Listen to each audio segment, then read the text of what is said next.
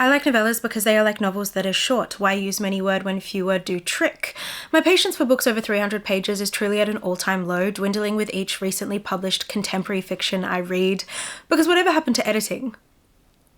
Let's bring back editing, guys. Let's cut some of the fat. Let's kill some darlings. If I have to read any more chunks of unnecessary description. Unfortunately, brevity, it seems, does not sell. Fortunately, writers, quite famously, will continue to write despite lack of monetary gain.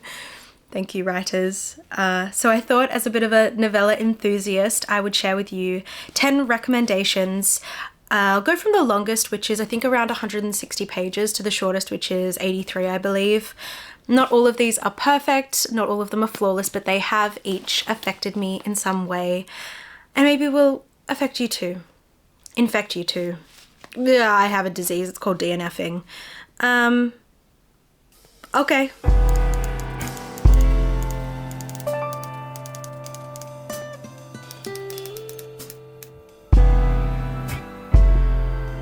Lucy by Jamaica Kincaid is about a teenage girl named Lucy who is from an island in the West Indies and moves to New York City in order to work as an au pair for a wealthy family. The family insist that she treat them more as friends than employers, but it isn't long before she begins to see cracks in their picture-perfect family facade. Jamaica Kincaid is one of my favorite writers of all time, and a real marker of her protagonists is this deep understanding of their place in the world. And Lucy is no different. She knows exactly how she came to have an English surname, why she's plagued by dreams of being chased and caught, but to be controlled by anything, by anyone other than herself is unimaginable. It is not an option, and so she must detach entirely from her past, and all of the letters from home remain unopened. Lucy is such a wonderfully complex narrator. She's often cold and distant and judgmental, hard to penetrate, but throughout we truly witness her blossom in New York. She buys books and a camera, she explores the art world and her sexuality. She has such an openness and curiosity that was a joy to read, and I've seen her described by many people as unlikable.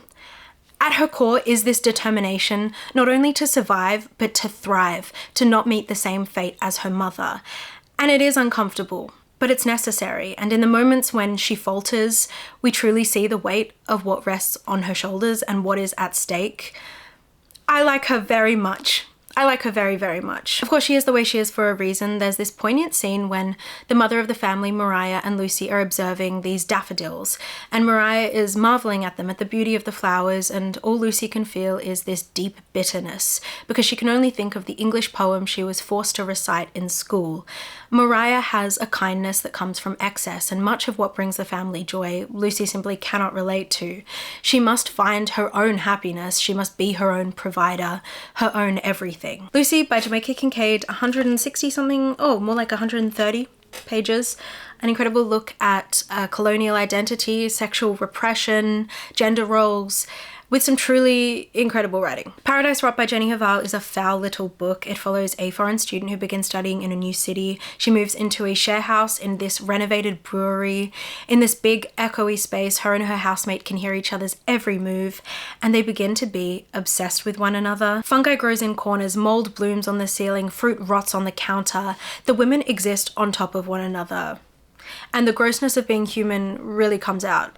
There's a lot of piss in this, a lot of piss. As does the intimacy, the eroticism of the bodily, of the piss. For some, not me, okay. There was something so familiar to this setting, so Melbourne, so Collingwood, and I looked it up after, and the writer, who's Norwegian, actually studied at the university that I attend in Melbourne for a period, and she truly captures the essence of this inner city share house, not only the physical closeness of having housemates in your 20s, but the emotional closeness. I actually think the government should mandate that all Europeans flocking to Australia right now read this, especially if you're coming to Melbourne, because you likely will not be living out your Bondi Beach iced coffee fantasy. Instead, your entire wage will go towards a crumbling share house with a landlord that refuses to do repairs, and mold poisoning that, if not affecting you now, will affect you years later, and you'll have no choice but to drink shit beer and enter a fugue state like the rest of us.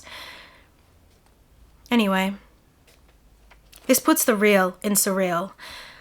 Super dreamy prose, lesbian mitosis is beautiful. Paradise Rot by Jenny Haval. 145 pages-ish. Moving on. What if you were a mountain lion and you were gay and you were chased into the big scary city and you had to survive on scraps and all you can do all day is sleep beneath the Hollywood sign, eavesdrop on hikers and do your very best not to kill anyone? Open Throat by Henry Hoke asks exactly this. Concrete jungle where nightmares are made of. This is a stream of consciousness novella all told from the perspective of a mountain lion as he absorbs culture and language and considers his environment. It's based on the very real P-22 cougar who was a bit of a celebrity in LA and sadly was euthanized in 2022. This tiny book has so much heart. I did indeed cry. The sheer loneliness, the yearning for a home in a hostile world that sees you as a predator, the humanity in the animal and vice versa. I loved every second of this experimental fever dream. If you're a fan of Max Porter's writing, I think you'll really appreciate this. If you're not such a fan of the experimental, particularly to do with language, then this may not be for you. But it is one of the best books I read this year, one of my 2024 favorites for sure. Open Throat by Henry Hoke. I love this gay little mountain lion more than words can express. He ate. Okay, little guy break. Little guy break. Okay, Zuko's not impressed today. Say hi. Say hi. Oh, he mad. Okay, he mad. Yeah, he mad. Okay. Carry on, soldier. The Employees by Olga Ravn takes place on a spaceship in the 22nd century. And if I'd known that, I never would have picked this up. My favorite genre is magical realism, magic, science, realism, fiction. It's no wonder my least favorite genre is science fiction. I just don't like science. That's bad. That's bad to state. Science is good. I believe in it. I'm pro-science. But I just think the aesthetic is so ugly. I don't like the beep beeps. I don't like thinking about technology. I don't like thinking about the future, point blank period. And least of all, space. I don't want to think about space. Don't make me think about space. It's too big. Why is it so big? Where does it end? But despite all of that, all of the mentions of space, trigger warning space, I am so glad I read this. Because it was amazing. This isn't a linear narrative, instead it's a collection of statements from the human and non-human crew members of the spacecraft, many regarding the organic entities they've been harvesting from planets and the ways these entities have begun to entrance and communicate with staff. At its core, this is workplace criticism pushed to the extreme, and it so cleverly pairs the mundane with the bizarre, the mass spread of free will amongst android workers, the dehumanization of the human workers for capital gain, all told through HR reports. We're left to piece together these snippets, these fragments of lives that give this overall impression of the ship as a planet in itself, a world, a microcosm, just like the factory is a microcosm. And like many factories in many time periods, probably many dimensions, revolution may just be brewing.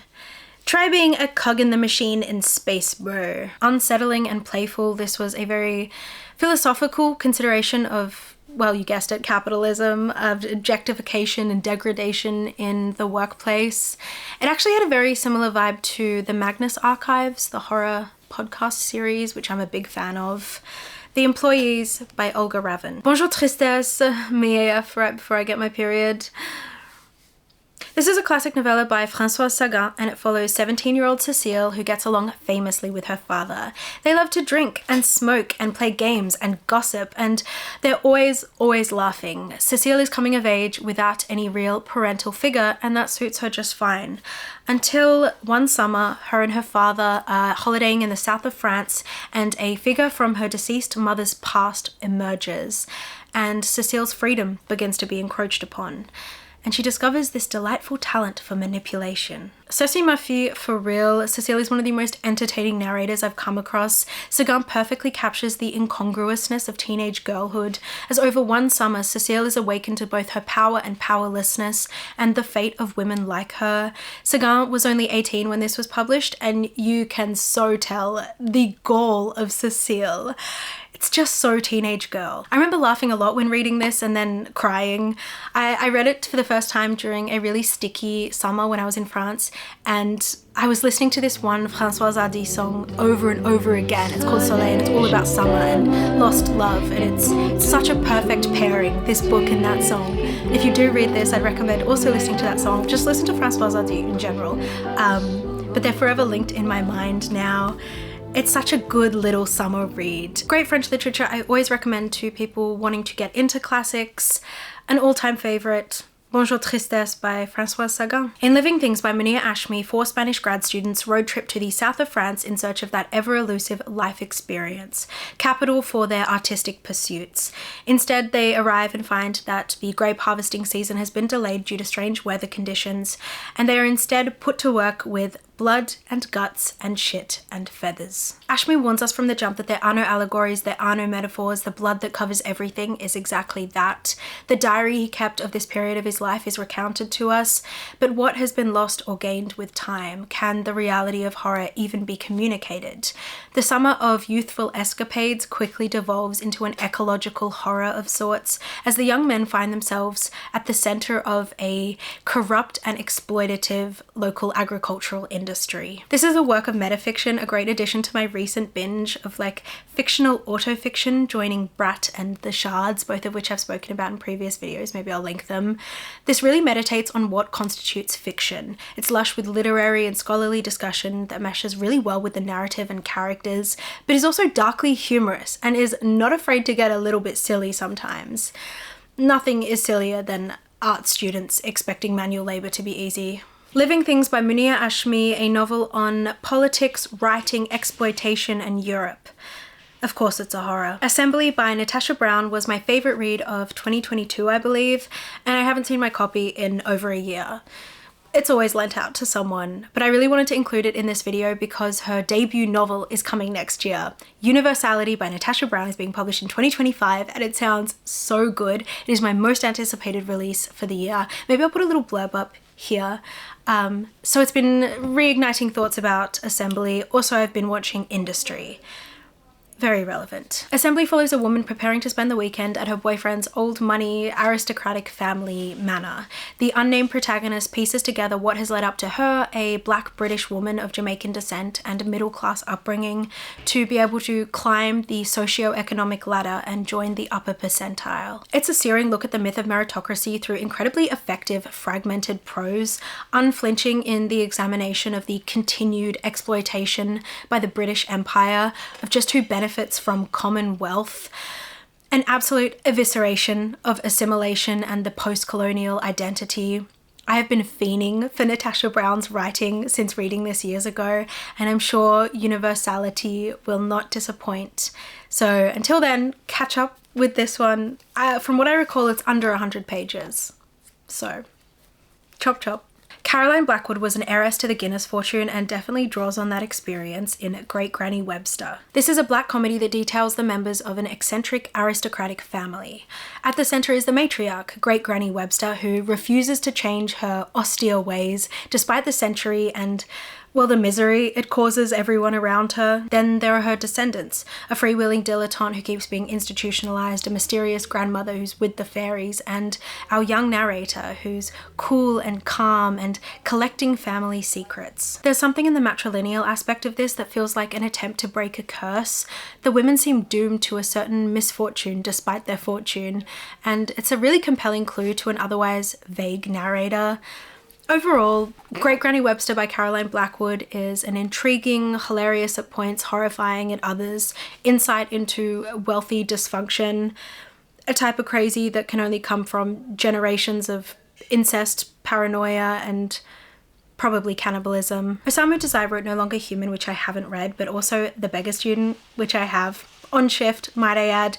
It was a quiet afternoon at work and I didn't expect much from this 90-ish pages, but was so pleasantly surprised by the amount of wit, of irony packed into this little book. It opens on a writer lamenting on how horrendous everything is because he's just submitted a manuscript he believes is shit.